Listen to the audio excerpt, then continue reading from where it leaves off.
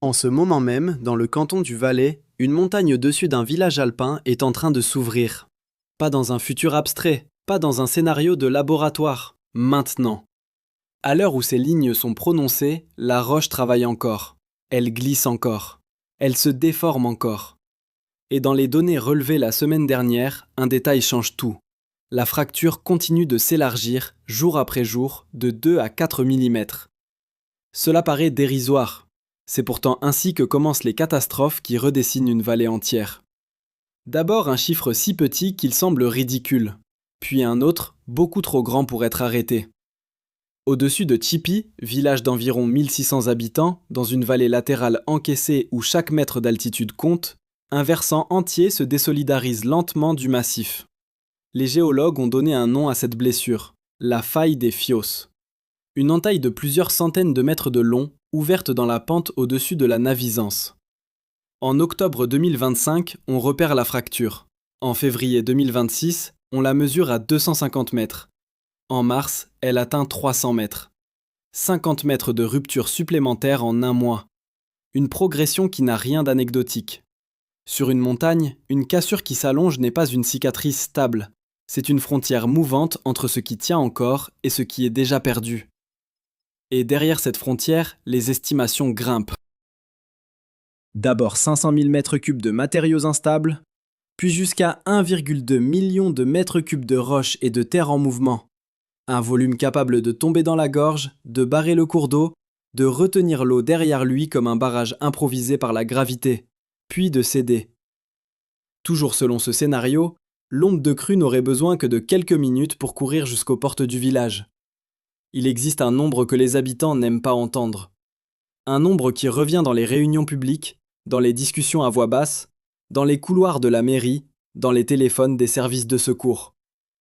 11 minutes, selon une première crainte évoquée dans les récits les plus alarmés. 20 minutes, selon d'autres projections opérationnelles.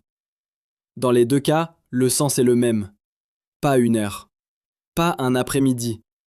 Pas le temps confortable d'un départ organisé.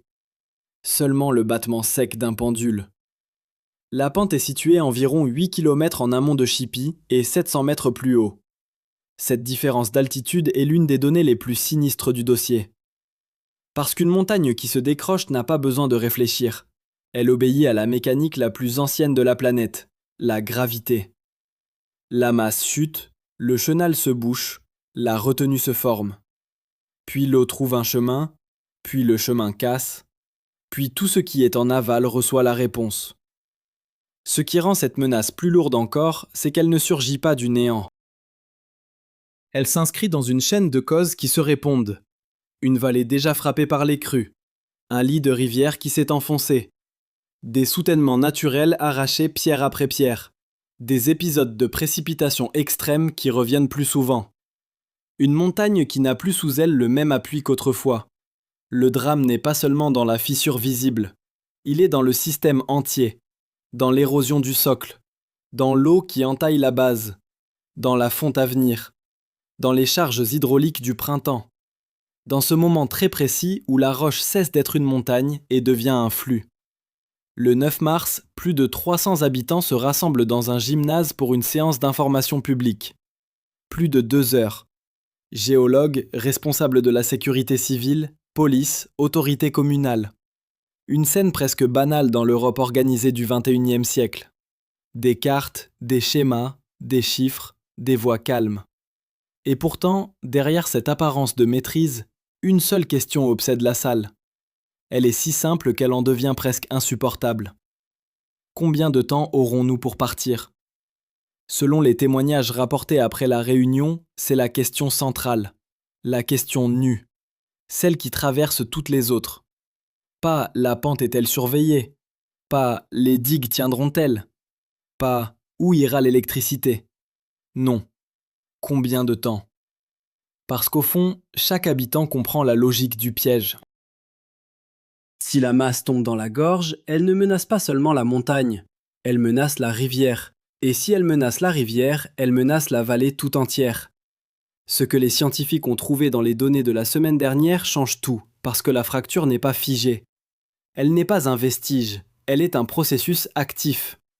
Les relevés montrent que le mouvement continue avant même les grandes fontes, avant même les pluies les plus efficaces pour lubrifier la rupture, charger les fractures en eau, augmenter les pressions interstitielles, diminuer la cohésion et transformer une pente lente en rupture dynamique.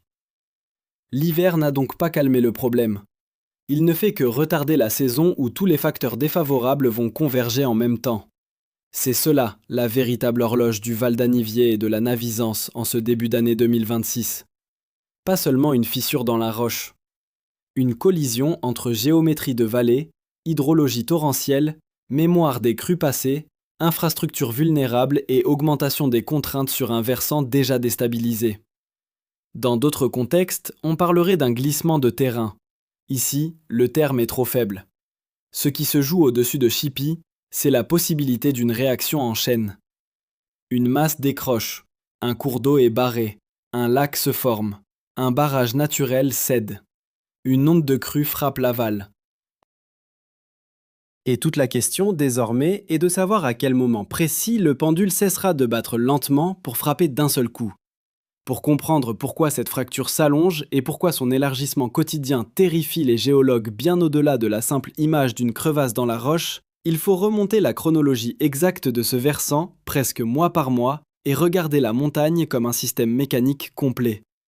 En octobre 2025, lorsque les premières observations confirment l'existence de la faille des Fios, l'alerte ne vient pas d'un effondrement brutal, mais d'un détail topographique. Une discontinuité nette dans la pente située au lieu-dit Les Fios, entre les secteurs de Mayou et de Pinsac, à environ 1250 mètres d'altitude, soit une centaine de mètres au-dessus de la Navisance. Cette altitude paraît modeste à l'échelle alpine. Pourtant, dans une vallée étroite, elle est suffisante pour stocker une énergie gravitaire considérable. Une masse rocheuse perchée au-dessus d'une gorge n'a pas besoin d'être gigantesque pour devenir dévastatrice. Il suffit qu'elle tombe au bon endroit. Et ici, le bon endroit au sens le plus sinistre du terme, c'est le lit même de la rivière. Dès l'automne, la surveillance commence. Les spécialistes ne regardent pas seulement la longueur visible de la cassure. Ils observent sa géométrie, la cinématique du versant, l'état des fractures secondaires, la réponse du terrain au cycle de gel et de dégel, l'évolution du pied de pente, la proximité des réseaux techniques, et surtout, l'interaction entre la masse instable et le chenal en contrebas. Le 5 février 2026, un communiqué conjoint des communes concernées présente un état de situation encore relativement contenu. La fracture mesure environ 250 mètres, la masse instable est estimée à 500 000 mètres cubes et l'analyse officielle considère que les conditions hivernales maintiennent le danger à un niveau plus faible, parce que les débits du cours d'eau restent modérés et que le glissement ne montre pas d'accélération brutale. Cette phrase, sur le moment, sonne presque comme un soulagement. Mais dans les catastrophes géophysiques, l'absence d'accélération immédiate n'est pas une promesse de stabilité. C'est parfois seulement le calme avant la phase de couplage. Car une pente ne casse pas uniquement parce qu'elle est fracturée. Elle casse lorsque plusieurs mécanismes auparavant séparés commencent à se renforcer mutuellement. Ici, ces mécanismes sont déjà en place. Il y a la gravité, constante. Il y a l'érosion du pied de versant, héritée des crues précédentes. Il y a la fracturation interne qui segmente le massif. Il y a l'eau qui n'a pas encore atteint son pic saisonnier.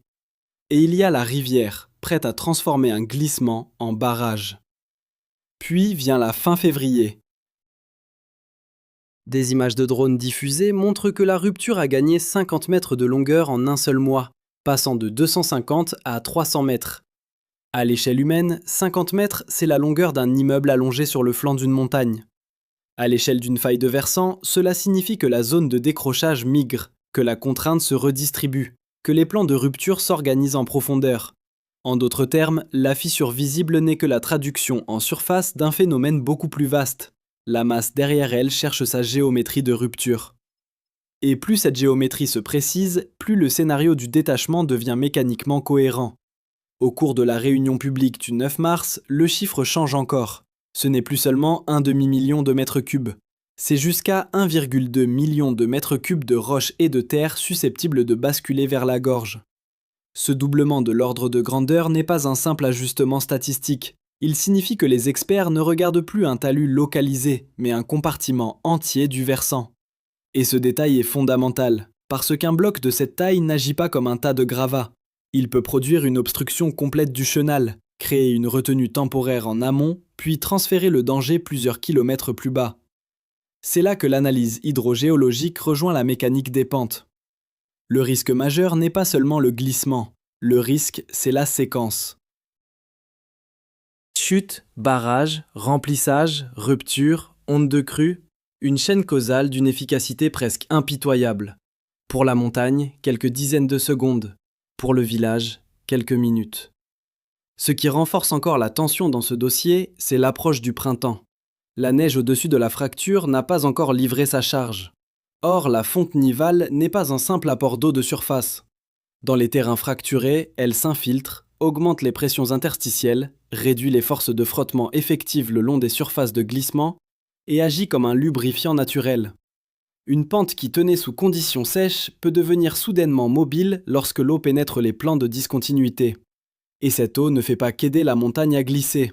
Elle gonfle aussi la navisance.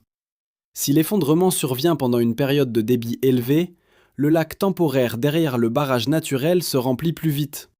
Cela signifie que le temps entre la formation du barrage et sa rupture peut se raccourcir, tandis que le volume mobilisé par la vidange augmente. Plus d'eau, plus vite, sur une plus grande distance. Voilà pourquoi les semaines qui précèdent la fonte complète ont le poids d'un compte à rebours. Il faut aussi regarder ce qui se passe sous la fracture, là où le public regarde rarement. Le lit de la rivière n'est pas un simple décor, c'est l'appui basal du versant. Entre les épisodes torrentiels des dernières années, ce lit s'est abaissé. 4 mètres, selon des éléments rapportés dans les documents officiels. 4 mètres de matériaux emportés. 4 mètres de soutien naturel perdus. En géomorphologie de montagne, cette donnée est capitale. Lorsque la rivière entaille son lit, elle retire au versant la base qui l'équilibrait. La pente se raidit mécaniquement. Les fractures s'ouvrent. La masse supérieure commence à s'affaisser ou à glisser vers le vide nouvellement créé. Autrement dit, la faille des Fios n'est pas une anomalie isolée. C'est la réponse retardée d'un relief dont le pied a été sapé.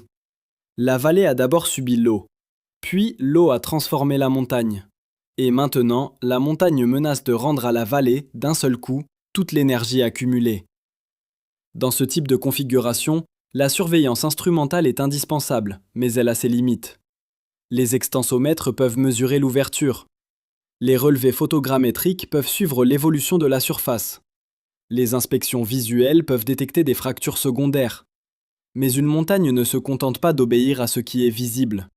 En profondeur, des plans de cisaillement peuvent s'activer sans préavis, pleinement interprétables.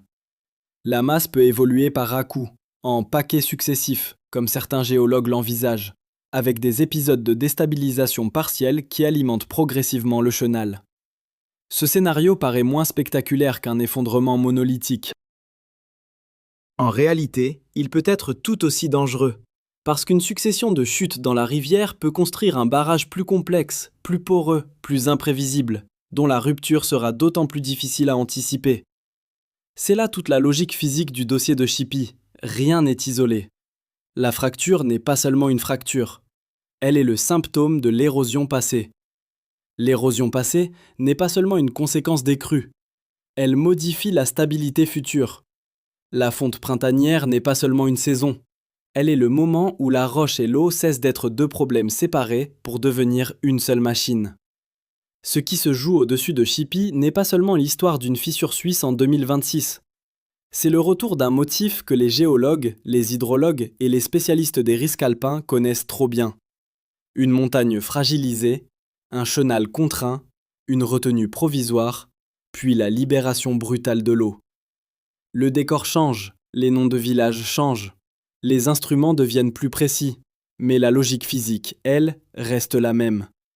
Et c'est précisément cette répétition qui inquiète. Parce qu'en sciences de la Terre, le danger le plus lourd n'est pas toujours ce que l'on n'a jamais vu. C'est parfois ce que l'on a déjà vu, plusieurs fois, sous des formes assez proches pour comprendre qu'un système entier est en train de se dérégler plus vite que nos infrastructures ne s'adaptent. 10 mois plus tôt, à une quarantaine de kilomètres de là, dans le même canton, un autre enchaînement a marqué les esprits. Un effondrement glaciaire, un cours d'eau obstrué, un lac temporaire, puis la destruction. À Blatten, la mécanique n'était pas identique dans son détail, mais sa structure était déjà celle d'une catastrophe en cascade. Une masse se détache, la vallée est barrée, l'eau s'accumule, la retenue devient une menace presque plus grande que l'effondrement initial. Puis vient le moment où le barrage naturel cède. Le fait décisif n'est pas seulement qu'un village a été frappé, c'est qu'il avait bénéficié de jours d'avertissement et que cela n'a pas effacé la violence de la séquence. La montagne avait laissé un délai, le système n'en était pas devenu moins dangereux. C'est cette mémoire régionale qui donne au dossier de Chipis une densité psychologique particulière. Les habitants n'écoutent pas seulement des experts parler d'un risque théorique, ils entendent l'écho d'une catastrophe récente dans le même paysage de vallées étroites, de torrents rapides et de pentes surchargées. Mais il faut élargir encore le champ. Les Alpes suisses portent la mémoire de plusieurs événements qui ont enseigné la même leçon. Une montagne peut sembler lente pendant des années, puis soudain franchir un seuil. Le cas de Brienz, dans les Grisons, reste central dans cette réflexion. Là, les scientifiques ont observé pendant longtemps un versant instable, l'un des mieux instrumentés du pays. Radar, GPS, modèles, analyse géologique, suivi continu, toute la boîte à outils moderne. Et pourtant, lorsque la phase terminale d'accélération est arrivée en 2023, le moment précis de la bascule n'a pas été prédit avec l'exactitude que la société espère de la science. Cette limite n'est pas une défaillance de compétences. Elle est inscrite dans la nature même des systèmes proches de la rupture. Un versant instable n'est pas une horloge parfaite. C'est un matériau hétérogène, fissuré, anisotrope, traversé d'eau, soumis à des forçages thermiques, hydrologiques et mécaniques qui interagissent. Les modèles peuvent décrire des tendances, encadrer des fenêtres de danger, détecter des accélérations, mais ils ne transforment pas une montagne en machine docile. C'est pourquoi la phrase la plus inquiétante dans ce type de crise n'est pas « nous n'avons rien vu venir », c'est « nous surveillons tout et malgré cela, l'instant exact nous a échappé ». Chipie vit désormais sous cette ombre. Les géologues peuvent proposer un scénario privilégié, par exemple une rupture en séquence, des paquets successifs, un transfert progressif des matériaux vers la gorge. Mais l'histoire alpine récente impose une prudence presque brutale. Une pente peut paraître évoluer par étapes, puis réorganiser sa géométrie interne et produire soudain un comportement plus rapide qu'attendu. Ce n'est pas seulement une affaire de volume total, c'est une affaire de rythme, de cohésion résiduelle, de saturation en eau, de friction sur les surfaces de glissement et de manière dont le matériau se fragmente pendant le mouvement. Un gros bloc compact ne se comporte pas comme une masse déjà broyée. Une masse broyée ne construit pas le même type de barrage qu'un amas de blocs. Un barrage de blocs massif peut retenir davantage d'eau avant rupture. Un barrage plus poreux peut fuir, se creuser de l'intérieur, puis s'effondrer sans avertissement visuel clair. Dans tous les cas, le résultat en aval peut être une monte de crue d'une extrême violence. Les Alpes fournissent d'ailleurs un autre fil conducteur, le rôle de l'eau comme agent invisible de transformation. Les drames historiques de vallée sont souvent racontés comme des histoires de roches ou de glace. En réalité, l'eau est presque toujours au centre. Elle sape les pieds de versants, elle s'infiltre dans les fractures, elle modifie la pression au sein des matériaux, elle transporte les sédiments qui soutenaient hier la pente, elle remplit les retenues temporaires, elle transforme un éboulement local en catastrophe régionale. Dans le cas des Fios, cette présence de l'eau est doublement décisive. D'un côté, les crues passées ont abaissé le lit de la Navisance et retiré un appui fondamental au versant. De l'autre, la fonte à venir et les pluies de printemps menacent d'alimenter simultanément la rupture de la pente et l'intensité de la crue potentielle. C'est exactement ce que les catastrophes passées enseignent. Les pires séquences ne résultent pas d'un facteur unique, mais d'un couplage. Une faiblesse géologique peut rester dormante longtemps. Une rivière peut connaître des crues sans provoquer d'effondrement majeur. Mais lorsque la pente fragilisée rencontre une charge hydrologique suffisante dans une vallée encaissée, les éléments cessent de s'additionner. Ils se multiplient. Il faut aussi rappeler que le contexte alpin contemporain n'est plus celui du XXe siècle. Le réchauffement dans les Alpes dépasse nettement la moyenne globale, avec des effets en cascade sur le permafrost de haute altitude, les cycles de gel-dégel, la stabilité des parois, la fréquence des pluies intenses, la dynamique nivale et l'énergie des torrents. Même lorsque la faille des Fios n'est pas directement liée à un glacier ou à une zone de permafrost profond, Elle s'inscrit dans une montagne dont les conditions de stabilité de référence changent. Les terrains passent plus souvent d'un état sec à saturé. Les épisodes extrêmes reviennent à des intervalles plus courts. Les ravinements et incisions de lit se répètent avant que les pentes aient eu le temps de retrouver un équilibre. Et cela crée une impression trompeuse.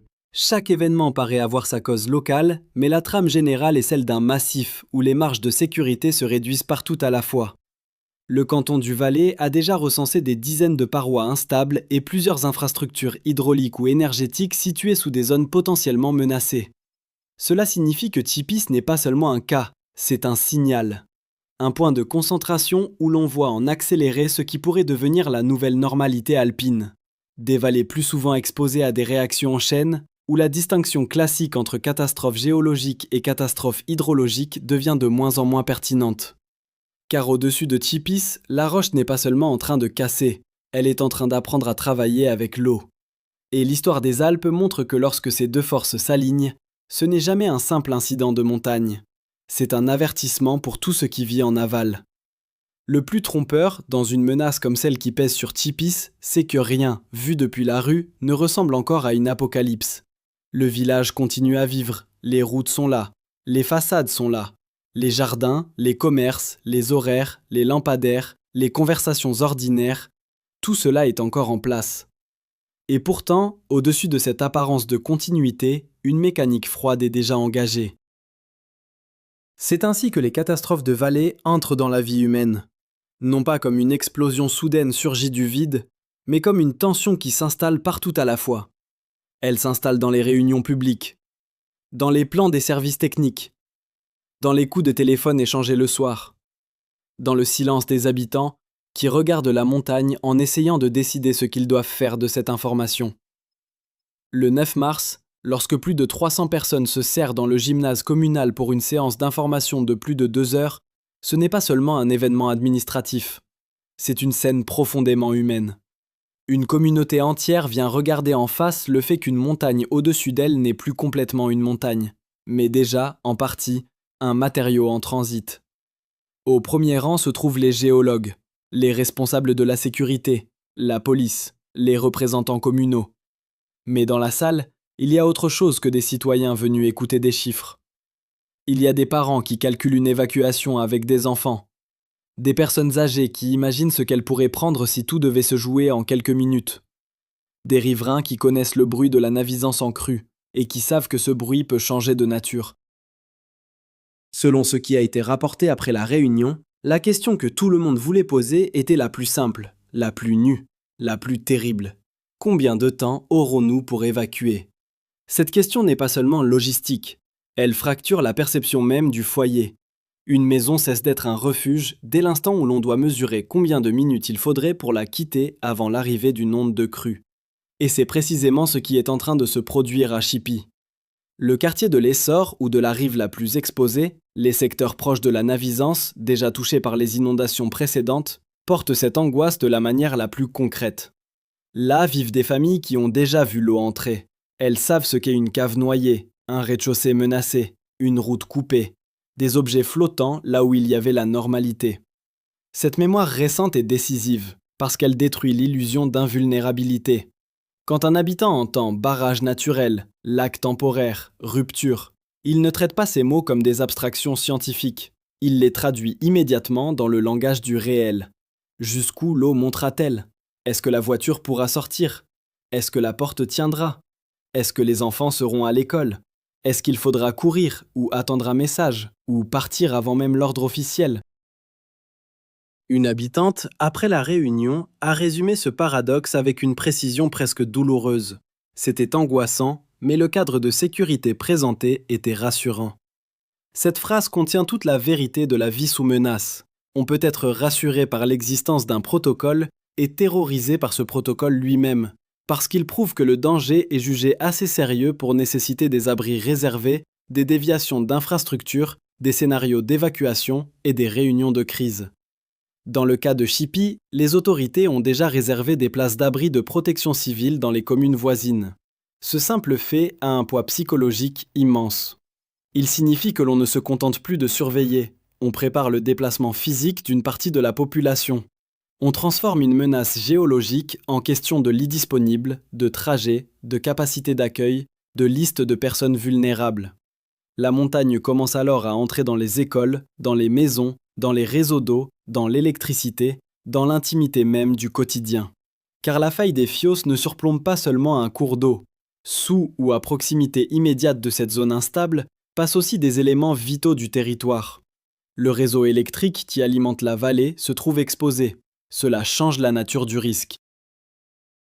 Une pente qui glisse ne menace plus seulement des bâtiments en aval, mais aussi la continuité même des fonctions qui permettent à la vie ordinaire de se maintenir. Éclairage, télécommunications, pompes, circulation, transmission des alertes. Et ce n'est pas tout.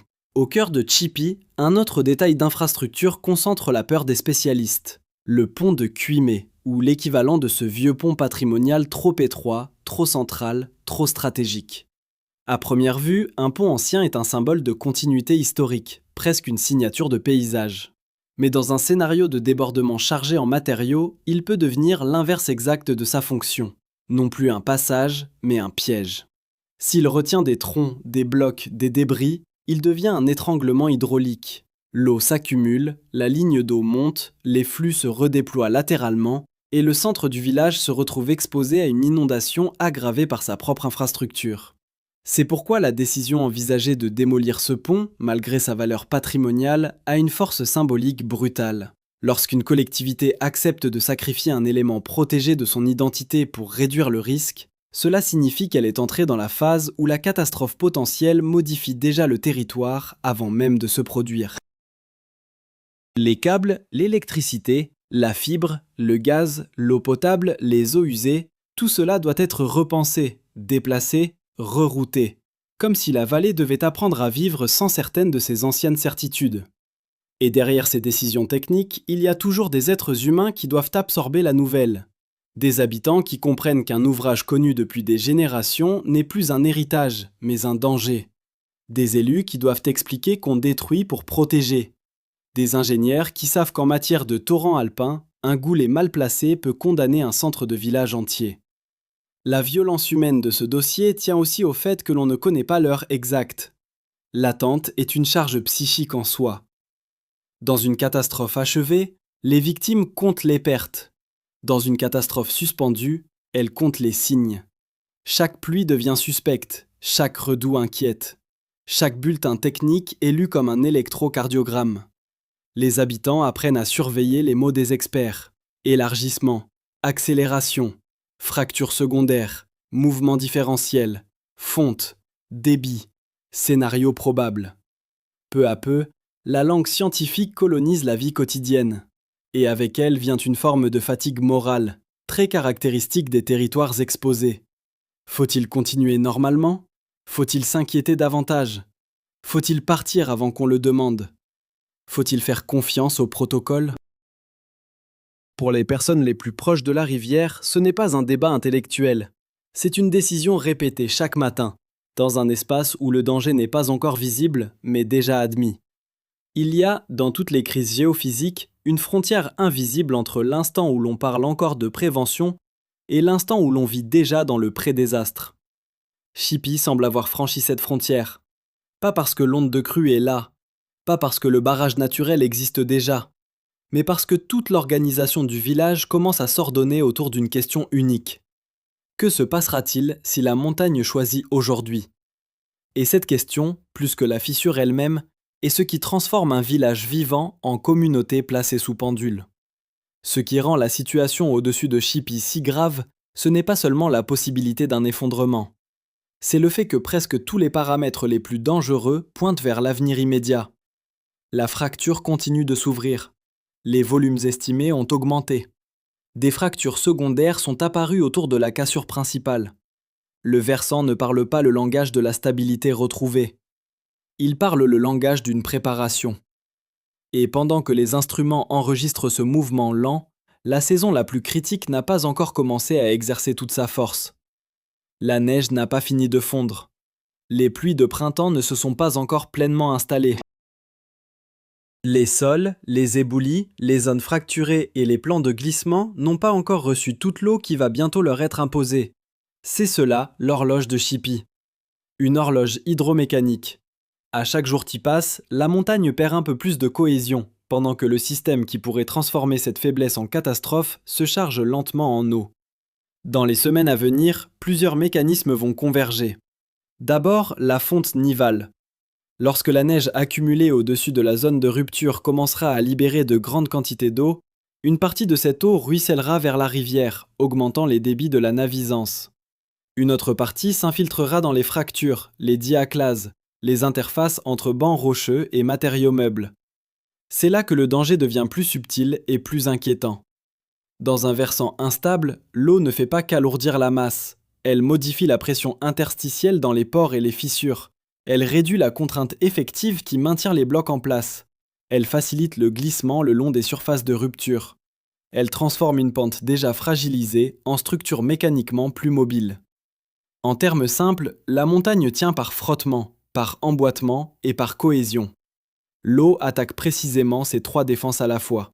Ensuite viennent les pluies. Dans les Alpes contemporaines, la question n'est plus seulement celle de la fonte lente et régulière. Elle est aussi celle des épisodes courts mais intenses, capables de saturer rapidement un versant et de gonfler brutalement les débits en fond de vallée. Si une période de précipitation soutenue coïncide avec une fonte déjà avancée, le système entier peut basculer dans un état bien plus critique. La masse instable reçoit davantage d'eau, la rivière reçoit davantage d'eau. La probabilité d'un décrochage augmente, pendant que la capacité destructrice d'un éventuel barrage augmente elle aussi. C'est le pire couplage imaginable. La pente devient plus susceptible de tomber au moment même où le cours d'eau devient plus apte à transformer cette chute en lac temporaire puis en onde de crue. Et c'est là que la question des délais devient centrale. Même avec un réseau de surveillance, même avec des capteurs, même avec des procédures, il existe une différence fondamentale entre détecter une accélération et sauver une population entière en aval. Une montagne peut montrer des signes avant-coureurs. Elle peut aussi passer d'un glissement lent à une rupture rapide sur une fenêtre de temps beaucoup plus courte que celle dont auraient besoin les habitants pour sortir, se regrouper, être comptés, être déplacés et mis à l'abri.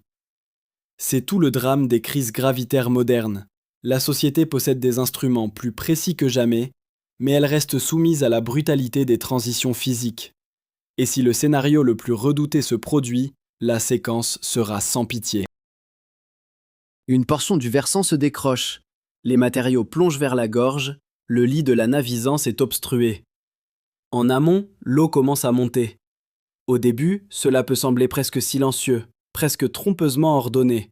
Un lac nouveau, né d'un désastre. Puis le barrage naturel commence à travailler. L'eau s'infiltre entre les blocs. Elle érode les matériaux fins. Elle cherche les points faibles. Elle ouvre des conduits internes. Elle sape la base. Et lorsque la structure cède, elle ne se contente pas de libérer de l'eau. Elle libère de l'eau chargée de boue, de blocs, de bois, de débris, d'énergie cinétique. Une onde de crue de ce type n'est pas une simple montée de rivière. C'est une masse en mouvement, capable de heurter, d'arracher, de détourner et de remplir en quelques instants. Si elle rencontre des goulets, des ponts, des sections resserrées, le danger se reconfigure encore. Des embâcles se forment. La charge se réorganise. L'eau déborde ailleurs. Le village ne reçoit plus seulement une crue venue d'amont. Il reçoit une série de décisions prises par la géométrie du torrent et par les obstacles placés sur sa trajectoire. C'est pour cela que les travaux préparés en aval ont un caractère d'urgence presque chirurgical. Les digues doivent être renforcées. Les réseaux doivent être déviés. L'alimentation électrique doit être sécurisée. Le pont trop étroit, identifié comme goulet majeur, doit disparaître avant d'avoir l'occasion de devenir un barrage secondaire. Chacune de ces opérations semble technique. En réalité, chacune est une course contre un processus naturel qui n'attendra aucune autorisation administrative, aucun délai de chantier, aucun calendrier politique. Mais le risque futur dépasse Tipi. La vallée entière et au-delà, une partie des Alpes entre dans une époque où ce type de menace va probablement se multiplier. Les parois instables recensées dans le canton du Valais ne sont pas des anomalies isolées. Elles dessinent une carte de fragilité croissante. Les réservoirs, les routes, les lignes électriques, les villages, les tunnels, les ponts, toutes ces infrastructures ont été conçues dans une montagne supposée difficile, mais globalement connaissable, où les extrêmes restaient plus espacés. Cette hypothèse se fissure. Une hausse de température de plusieurs degrés dans les Alpes signifie davantage qu'un simple changement de climat. Elle signifie une redistribution des contraintes dans la roche, une modification des régimes de neige et de pluie, une intensification des processus d'érosion, une réduction des périodes de stabilité durable. Les catastrophes qui autrefois semblaient séparées, crues, glissements, effondrements de parois, débâcles, ruptures de barrages naturels, se combinent désormais plus facilement. C'est cela que révèle la faille d'Effiot, avec une brutalité presque pédagogique. Dans une montagne qui se réchauffe, les systèmes commencent à dialoguer entre eux de manière plus dangereuse. La rivière déstabilise la pente. La pente menace la rivière. La fonte alimente les deux. Les infrastructures aggravent parfois les écoulements. Les villages reçoivent le résultat final. Alors la dernière question n'est pas de savoir si Chippy sera évacué demain, ou dans une semaine, ou plus tard. La vraie question est plus dérangeante. Combien de vallées alpines vivent déjà au bord du même type de séquence sans encore le savoir? Car au-dessus de Chippy, la montagne continue à s'ouvrir de quelques millimètres par jour. Quelques millimètres, c'est presque rien à l'échelle d'une main humaine. Mais à l'échelle d'un versant suspendu au-dessus d'un cours d'eau, c'est le bruit sec d'un mécanisme qui s'arme. Les capteurs enregistrent, les experts surveillent, les habitants